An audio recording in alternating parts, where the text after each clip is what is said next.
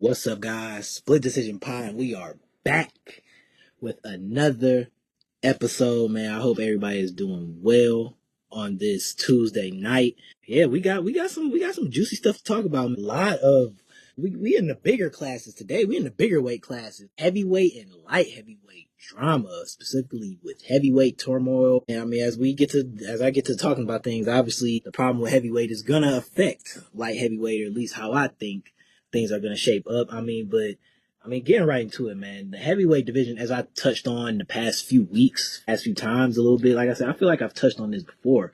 I mean, the division is just in such a dire need of just stars, like real star power championship level, world class championship level talent. Like when I was thinking earlier, like when I think back to I guess the golden age of heavyweight, just like the older days, they had Frank Mir, Randy Couture, DC, like all these guys. I'm blanking. Alistair Overeem, Cain Velasquez, like all of these guys who were world champion level competitors and like stars. As I'm looking in this division now, Cyril Gane, okay, Tom, who is we don't even know if he's gonna fight again. Literally, we don't know.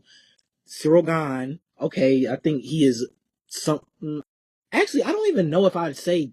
I definitely know he's a French star. He's a star in France, and he's really popular over there. But I would definitely say he's world championship level. But as seriously as he's taken, like in terms of like his skills, is Cyril Gane really a star? Now that I think about it, is Cyril Gane really a star? Volkov, is he a star? Like Sergey, I feel like the Tom thing kind of just took away all his everything he had going from him. And, I mean, I know he got a recent win not too long ago against Waldo, but I mean, when was the last time you heard someone say something about Sergey? Curtis Blades is on the outs. He's about to be over the hill soon. Wildo, okay, we'll see what he can do. Van Kuniev, I mean, is he really about to come here and just be a star? Like, really? Like, Sergey, no. Houghton Almeida, who was number 8 and cut. Like, this division is just in such dire need of just, like, star power. And it's sad, especially when you think about the fact that we don't even have a timetable for our undisputed heavyweight champion, the guy that was supposed to save this division, the guy that was supposed to be the guy to be able to turn things around for this division. We don't even know if he's going to fight yet because he can't. Apparently, he doesn't drive himself. He hasn't been able to spar really because of his vision. He just had another surgery. Still having a constant black spot in his eye. Can't even track moving objects like he is. This has become a really, really serious problem. Like that, I'm sure nobody, I know not myself, including myself, nobody saw like when he got poked by Cyril Gane and we all saw Cyril Gane gauge his full hand into both of his eyes. I mean, as bad as it looked, I don't feel like any of us left that night or that day, as it was an Abu Dhabi card. Nobody left that afternoon saying, well, dang, Tom, he might not fight again. That, like, we all were like, okay, well, he's just gonna fight. He's gonna fight. Okay, a few months, they're gonna figure it out. Like, nobody saw this as a possibility, man. It's really crazy that the implications that it may have, like like Tom Aspinall, I've seen that the reports are fake. At this point, who knows? But I mean, Tom Aspinall, he could very much get stripped. Like, I don't think he will, but he very much could. We can see ourselves in a situation where Tom Aspinall is stripped and we need an interim champion. Like, I would not be surprised. I think, I mean, now I do think if he's stripped, he did say, I mean, he'd be willing to vacate the title only if he left his contract. So that kind of shows that it's a little bit more to it. I don't want to say more to it, but in terms of how Tom is looking at things, the fact that he was like even throw that out there, it's so like the fact that he would throw that out there kind of I feel like there's something else in the back of his head to it. But he kind of alluded to it when he kind of went on a few days ago talking about how business side of UFC kind of messes things up. He loves MMA as a whole, as a sport, but just the business side of UFC messes things up, how it makes fighters just virtually very, very replaceable unless you're, top of the top, John Jones, Conor McGregor, Alex Pereira, those guys. But, and he kind of had a really good point. And for him to say something like that, well, hey, I will vacate it as long as you let me leave my contract. Like, it shows that he's starting to feel, he probably feels that. I mean, let's be honest, he got treated a very, very poor way with how they handled the whole John Jones thing.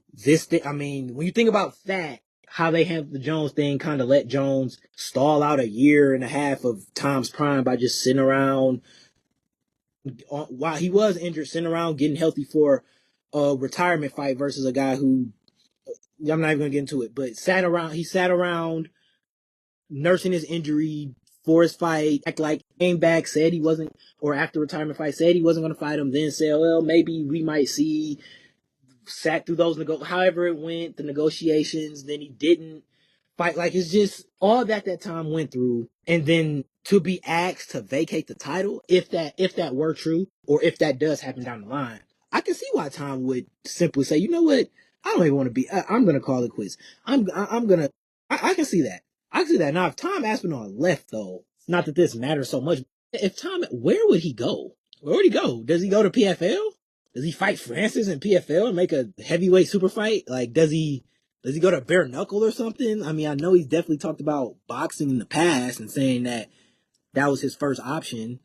Does he go to bare knuckle? What does he do? Like, what does Tom do? Does he take jiu-jitsu matches? I mean, he is a really, really high level jiu-jitsu guy in jiu-jitsu. Like, I don't know.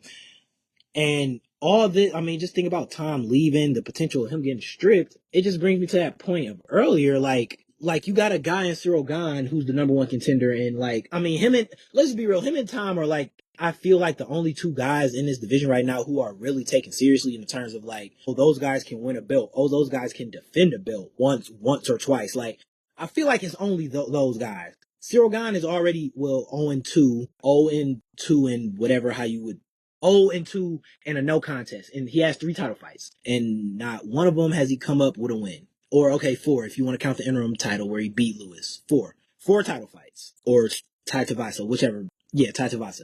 4 title fights, 1 win. And this is supposed to be the guy who's supposed to be right under the undisputed champion. Like, this is the problem with the division. And like, it's just, when I think about it, a lot of the top 10 is just guys that Tom Aspinall or Cyril Gane beat. Alexander Volkov, Gane beat him twice.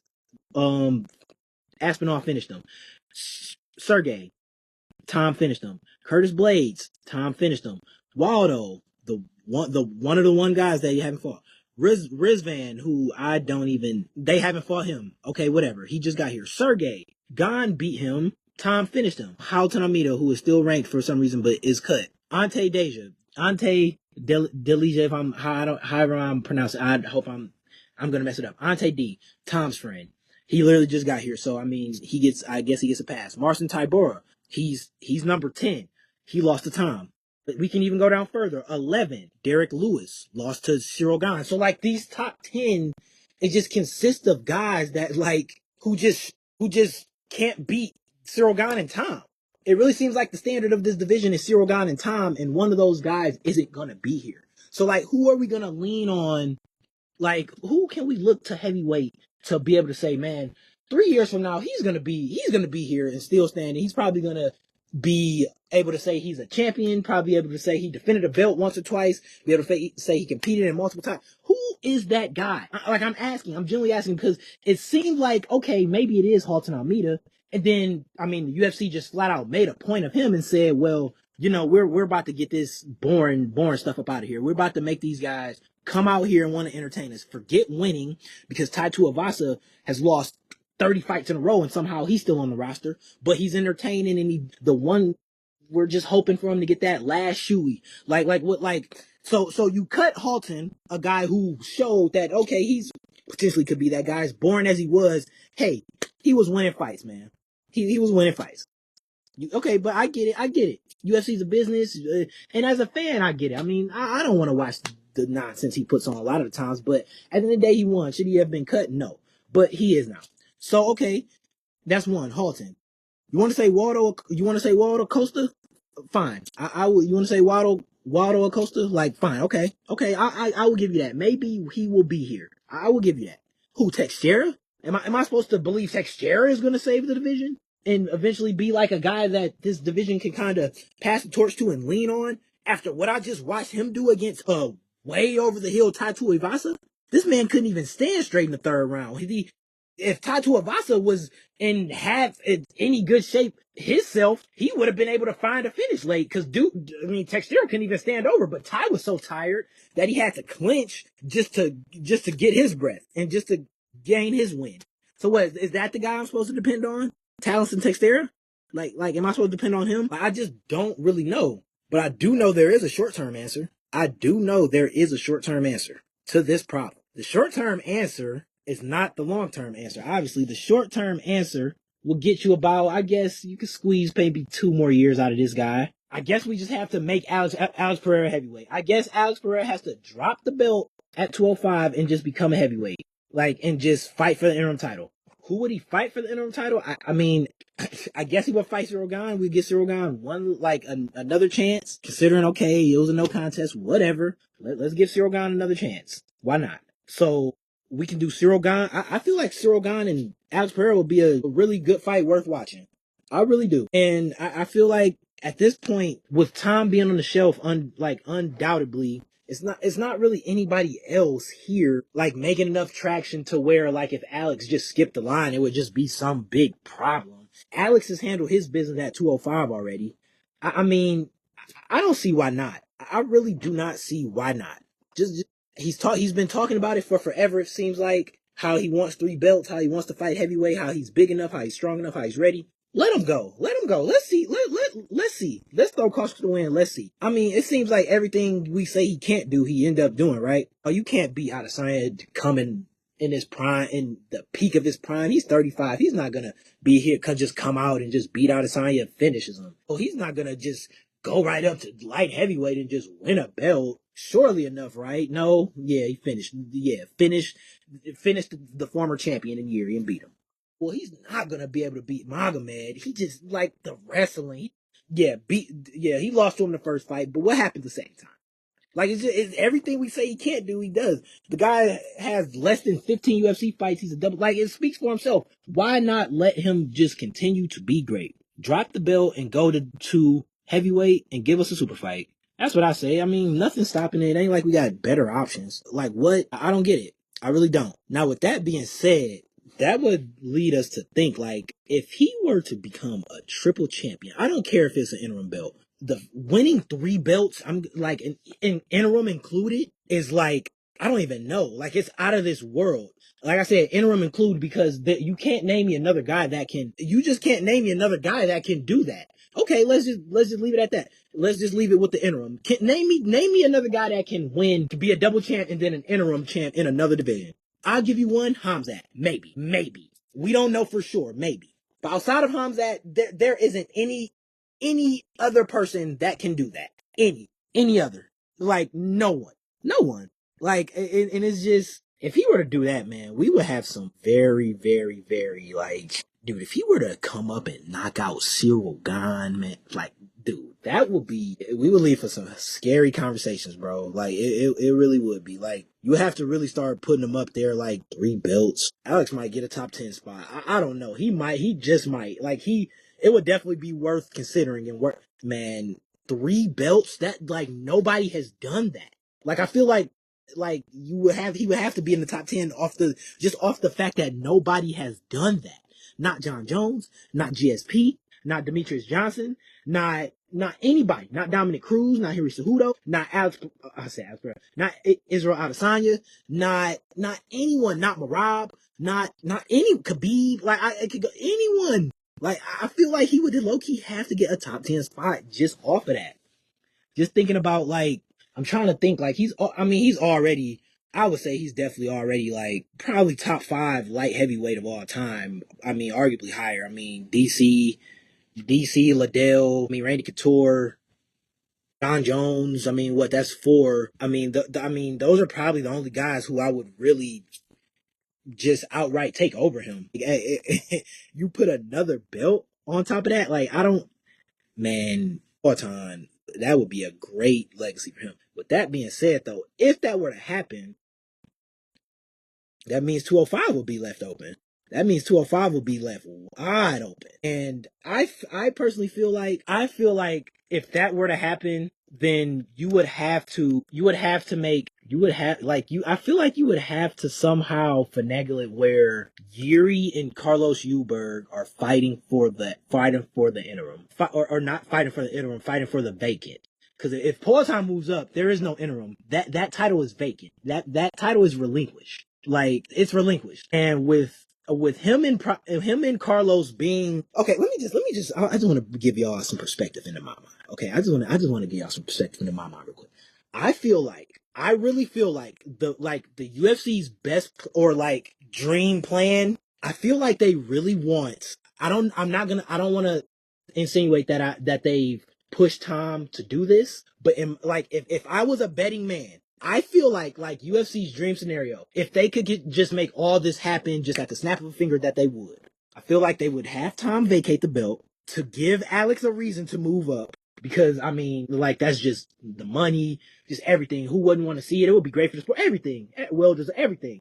I feel like they would have Tom relinquished to give Alex the chance to move up. And then he would probably fight Cyril Gane, not for the interim, for the heavyweight, for the real gold. Like, just to give Poatan that chance. I feel like that will be like, like I said, if they could have that happen, they would do it. Because why wouldn't you? Why not? It's like, you don't know when Tom's fighting. You got Alex Pereira here on the verge of winning third, but that's something that you have to take advantage of.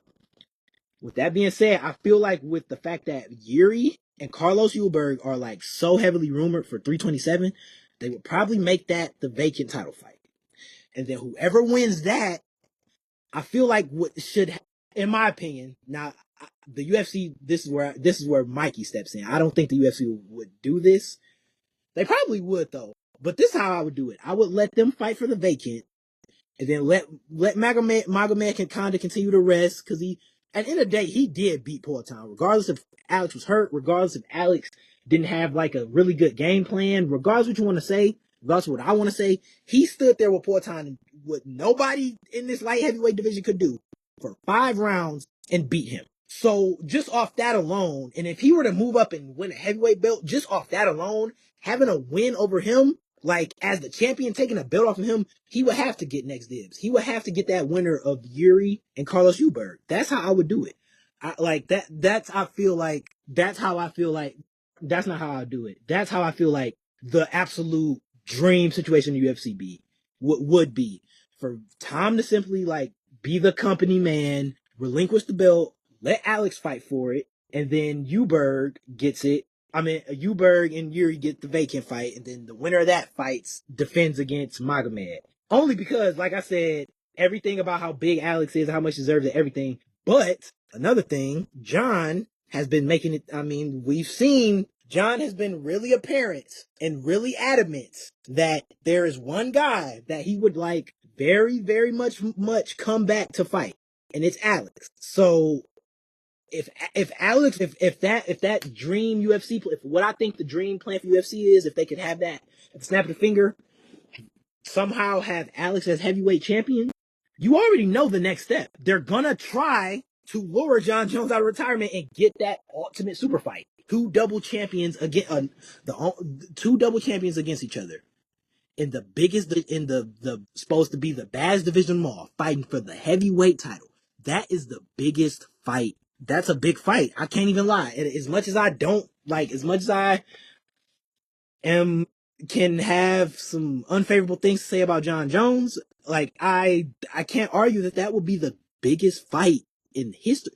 2 double champions going against each other in the heavyweight division for the heavyweight title. That nothing beats that. I'm sorry, it doesn't. And I feel like that's something that I just feel like that's ultimately their dream scenario, like to get that. Now, with that being said, how I would do it personally, I don't feel like Tom, especially for everything he's been through, defending an interim belt, just how great he was to deal with during the John Jones thing when he could have been like completely opposite. I wouldn't make him vacate. I would just make an interim title fight. I would do the same thing, but instead of it being for the vacant title, I would just make it interim. Let Alex move up. Let him fight Cyril Gane for the interim title. Tom's still the champion. Let Yuri and Carlos duke it out for the vacant. Let that winner defend against Magomed. And then let the winner of Gane and Pereira fight Aspinall. If he were, I mean, by then I would hope he would have a timetable. Now, if he doesn't have a timetable by then, I really don't know what you do. I think by then, yeah, I guess you would just have to strip him. If by, I don't know, I don't know, but I'm really hoping like if that were to happen, if we get one more fight, if we get a fight in this heavyweight division, which I feel like we are, whether it's Alex moving up, whether it's Cyril Gane doing something, if we get like one more big number one contender fight or an interim title fight or whatever in the heavyweight division, my hope is that by the end of that fight, we should have a little bit more clarity on like, you know, is Tom coming back, when he's coming back. So yeah, that's how I would do it. But that's, I mean, that, I'm just really thinking about that fight. That would really be the biggest fight ever. I'm really trying to think what fights would be bigger than that. Like, I'm trying to think like that. There's no fight that's bigger than that.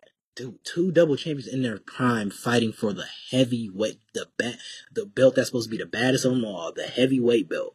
And you got two double, like that's, I can't beat that. Like, I genuinely cannot beat that.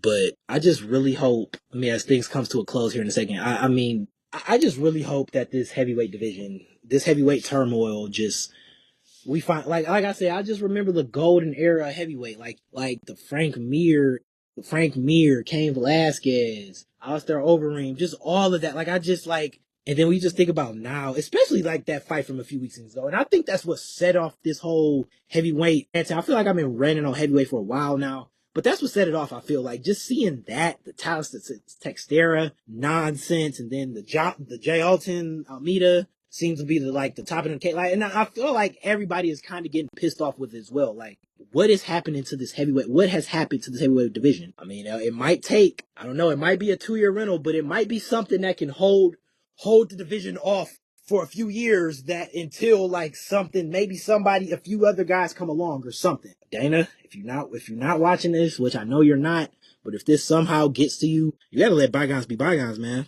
You gotta do it. You know what I'm talking about. You know exactly what I'm talking about. You gotta let Francis come back. You have to. You have to. You have to. Like, I mean, at least with him, you know, at bare minimum, you're gonna get money off of him. We know we like them checks. You got money fights. Like, Francis Ngannou the fact that he would just be coming back to UFC after everything that he's been through, and just seeing him in PFL, everything he's been through with the UFC and, you know, with you and the company, that right there is a draw. Okay, the fact that he's back, like, just the fact that Francis Ngannou is back, that right there is a draw. I mean, you put him in the mix with these guys who he has. I mean, since he's left, he's about 4 years out. I mean, it's a new division. I mean, you put him in there with guys like Sergey, Cyril Gane, Volkov was there, but dang, Francis did fight Cyril Gane, and Volkov was there, but he hasn't fought Volkov, Tom.